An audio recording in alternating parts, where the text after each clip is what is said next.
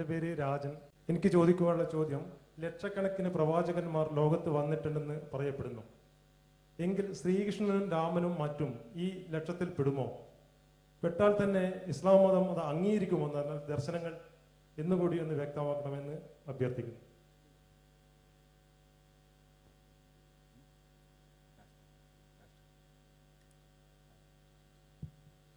സുഹൃത്തിൻ്റെ ചോദ്യം വളരെ പ്രസക്തമാണ്. ലക്ഷക്കണക്കിന് പ്രവാചകന്മാർ വന്നെങ്കിൽ ശ്രീരാമനും ശ്രീകൃഷ്ണനുമെല്ലാം പ്രവാചകനാണ് എന്ന് വന്നുകൂടെ? അങ്ങനെയെങ്കിൽ അദ്ദേഹത്തെ അവരെ അംഗീകരിക്കുവാൻ ഇസ്ലാമിക ദർശനത്തിന് കഴിയുമോ എന്നാണ്. ഇവിടെ നമ്മൾ പ്രസക്തമായ ചില കാര്യങ്ങൾ മനസ്സിലാക്കേണ്ടത്. ഒന്ന്, പരിശുദ്ധ ഖുർആൻ സംശയമില്ലാതെ പറയുന്ന കാര്യമാണ് വൈൻ മിൻ ഉമ്മത്തിൻ ഇല്ലാ ഖലാഫിഹ നദീർ എന്ന കാര്യം. ഖുർആനിലെ 35-ാമത്തെ അധ്യായം സൂറത്തുൽ ഫാത്തിറിലെ 24-ാമത്തെ വചനം.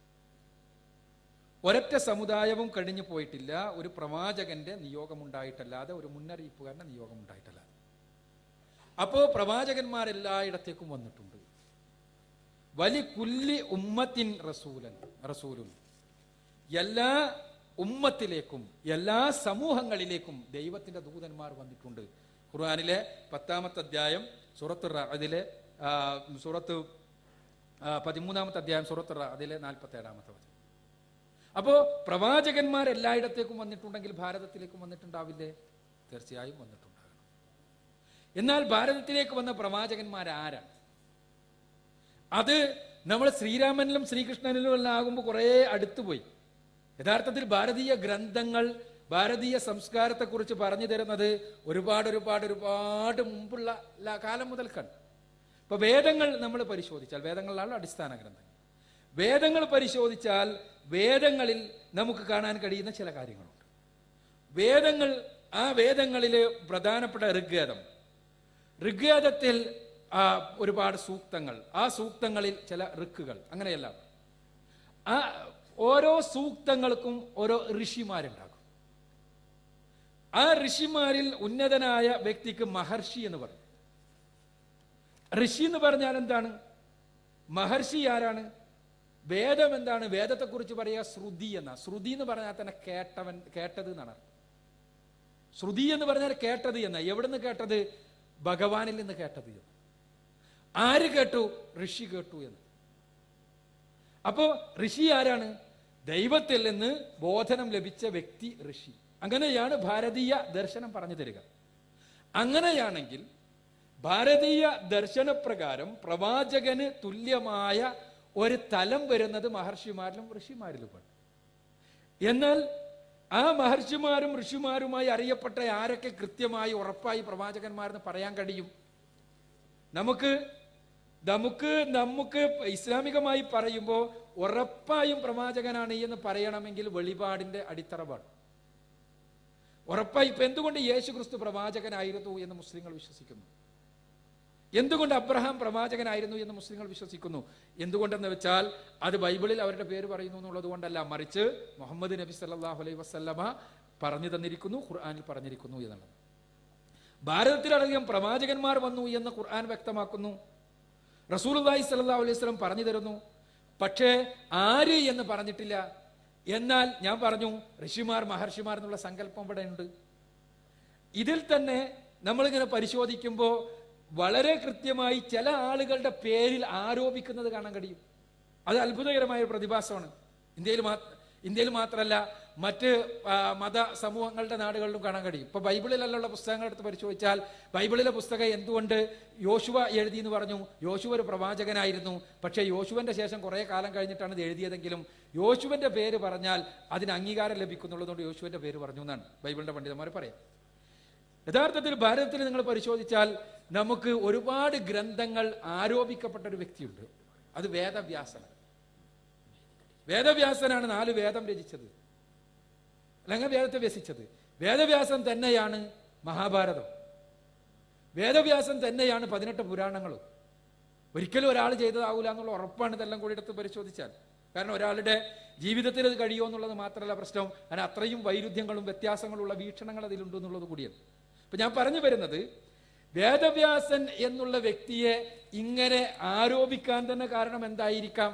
ചിലപ്പോൾ അദ്ദേഹം വളരെ മഹാനായ ഒരു പ്രവാചകനായതുകൊണ്ടായിരിക്കാം, ദൈവദൂതനായതുകൊണ്ടായിരിക്കാം. കാരണം ഏത് ഗ്രന്ഥവും അദ്ദേഹത്തിന് ആരോപിച്ചാൽ അക്കാലഘട്ടത്തിൽ ഒരു അംഗീകാരം ലഭിക്കുമെന്നത് കൊണ്ടാകാം. പക്ഷേ അദ്ദേഹത്തെക്കുറിച്ച് നമുക്കറിയാൻ അദ്ദേഹത്തിന്റെ ഗ്രന്ഥങ്ങളുണ്ടെന്നല്ലാതെ അദ്ദേഹത്തെക്കുറിച്ച് അറിയാൻ മാർഗമല്ല. അദ്ദേഹത്തിന്റെ ജീവിതം പരിശോധിച്ചിട്ട് അദ്ദേഹം പ്രവാചകനായിരുന്നു എന്ന് പരിശോധിക്കാൻ. അതേപോലെ തന്നെ ശ്രീരാമനും ശ്രീകൃഷ്ണനും എല്ലാം പറയുകയാണെങ്കിൽ അവർക്ക് അങ്ങനെ ഒരു വാദം ഉണ്ടായിരുന്നില്ല. നിങ്ങൾ അത് പരിശോധിക്കണം ആദ്യം. ഇപ്പൊ ശ്രീരാമനെ കുറിച്ച് പറയുന്നത് രാമായണത്തിലാണ്. അത് ഏത് രാമായണത്തിലാണെങ്കിലും, അത് വാൽമീകി രാമായണത്തിലാണെങ്കിലും അതല്ലാത്ത രാമായണങ്ങളിലാണെങ്കിലുമല്ല, ശ്രീരാമന് അദ്ദേഹത്തെക്കുറിച്ച് എഴുതപ്പെട്ട ഗ്രന്ഥങ്ങളിൽ അദ്ദേഹം ഒരു ദൈവദൂതനാണ് എന്നുള്ള ഒരു പരാമർശം, ദൈവത്തിന്റെ പ്രവാചകനാണ് എന്നുള്ള ഒരു പരാമർശം കാണാൻ കഴിയില്ല. അദ്ദേഹത്തെ ഒരു മഹാരാജാവ് അതിങ്ങനെ വളർത്തിയിട്ട് ഒരു ദൈവത്തിന്റെ പരിവേഷത്തിലേക്ക് കൊണ്ടുപോയിട്ടുണ്ടെന്നല്ലാതെ ദൈവദൂതൻ എന്നുള്ളൊരു പരിവേഷം അദ്ദേഹത്തിന് നൽകിയത് കാണുന്നില്ല. ശ്രീകൃഷ്ണന്റെ സ്ഥിതിയോ അത് തന്നെ അല്ലേ? ശ്രീകൃഷ്ണൻ മഹാഭാരത യുദ്ധത്തിൽ അർജുനന്റെ ഉപദേശകനായി നിന്ന് അതിങ്ങനെ പറഞ്ഞ് അവസാനം ഗീതയിൽ എത്തിച്ചേരുമ്പോൾ ശ്രീകൃഷ്ണൻ തന്നെ ഒരു ദൈവമായി മാറുന്ന ഒരു പ്രതിഭാസം ഉണ്ടാക്കുന്നു എന്നല്ലാതെ ഒരു പ്രവാചകൻ, മനുഷ്യരെ ധർമാധർമ്മങ്ങൾ പഠിപ്പിക്കാൻ വേണ്ടി വന്ന വ്യക്തി എന്നുള്ളതൊന്നും കാണുന്നില്ല.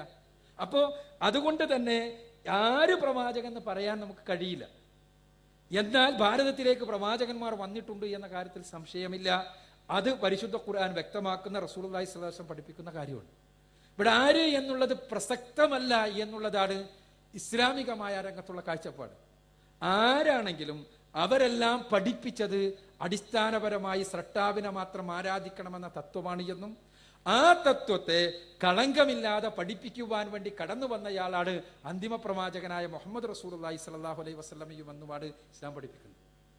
നമുക്ക് വേദങ്ങളെല്ലാം പരിശോധിച്ചാൽ പ്രവാചകന്മാരെല്ലാം അവരിവിടേക്ക് വന്ന ആളുകൾ ആരാണെങ്കിലും അവർ ശുദ്ധമായ ഏകദൈവത്വം പറഞ്ഞിരുന്നു എന്ന് നമുക്ക് കാണാൻ കഴിയും.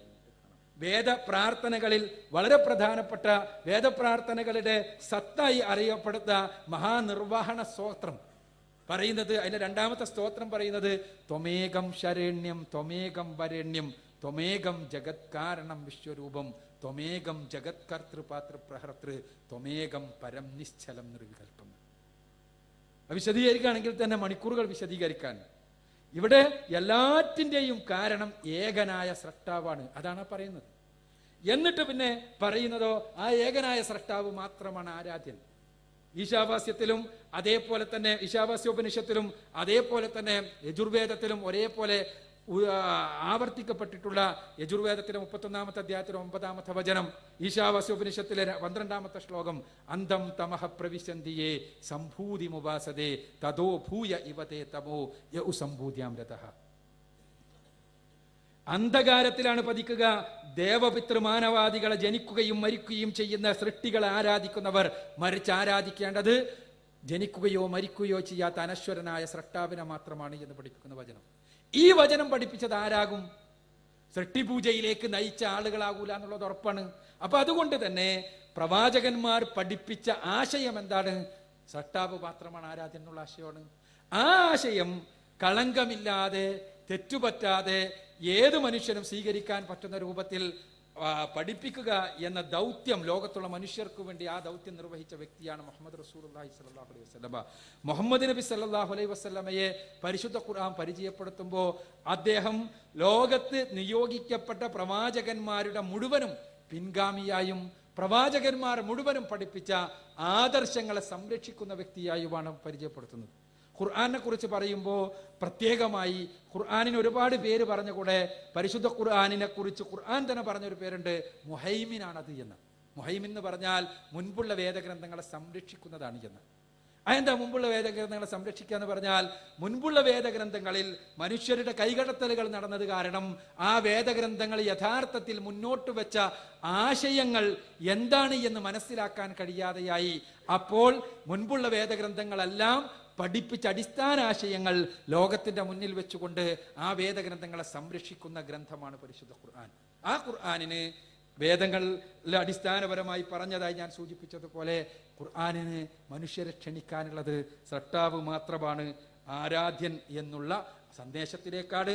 ആ ഖുർആൻ പറയുന്നു, യാ അയ്യുഹൻ, മനുഷ്യരെ ക്ഷണിക്കുന്നത് ഇങ്ങനെയാണ് ആ സന്ദേശം, യാ അയ്യുഹന്നാസ് അഅ്ബുദൂ റബ്ബക്കുമുല്ലദീ ഖലഖക്കും വല്ലദീന മിൻ ഖബ്ലിക്കും ലഅല്ലക്കും തത്തഖൂൻ. الذي جعل لكم الأرض فراشا والسماء بناء وأنزل من السماء ماء فأخرج به من الثمرات رزقا لكم فلا تجعلوا لله أندادا وأنتم تعلمون. മനുഷ്യരെ, നിങ്ങൾ ആരാധിക്കേണ്ടത് നിങ്ങളെയും നിങ്ങളുടെ മുൻഗാമികളെയും സൃഷ്ടിച്ച നിങ്ങളുടെ നാഥനെയാണ്. നിങ്ങളെയും നിങ്ങളുടെ മുൻഗാമികളെയും സൃഷ്ടിച്ച നിങ്ങളുടെ നാഥനെ, ഏതെങ്കിലും ജാതി ദൈവത്തെയോ പ്രദേശ ദൈവത്തെയോ ഏതെങ്കിലും ആളുകളെയോ അല്ല. നിങ്ങളെ ആരാണ് പഠിച്ചത്? അത് മുഹമ്മദ് നബി അല്ലാത്തതുപോലെ ശ്രീകൃഷ്ണനോ ശ്രീരാമനോ അല്ല. യേശുക്രിസ്തു അല്ലാത്തതുപോലെ മറ്റ് ലോകത്ത് നിയോഗിക്കപ്പെട്ട പ്രവാചകന്മാരൊന്നും തന്നെയല്ല. മറിച്ച് യേശുവും ശ്രീകൃഷ്ണനെയും ശ്രീരാമനെയും മുഹമ്മദ് നബിയെയും എല്ലാം സൃഷ്ടിച്ച തമ്പുരാൻ, അവനെ മാത്രം ആരാധിക്കുക എന്ന തത്വമാണ് പ്രവാചകന്മാരെല്ലാം പഠിപ്പിച്ചത്. ആ തത്വമാണ് ഇസ്ലാം മുന്നോട്ട് പോകുന്നത്.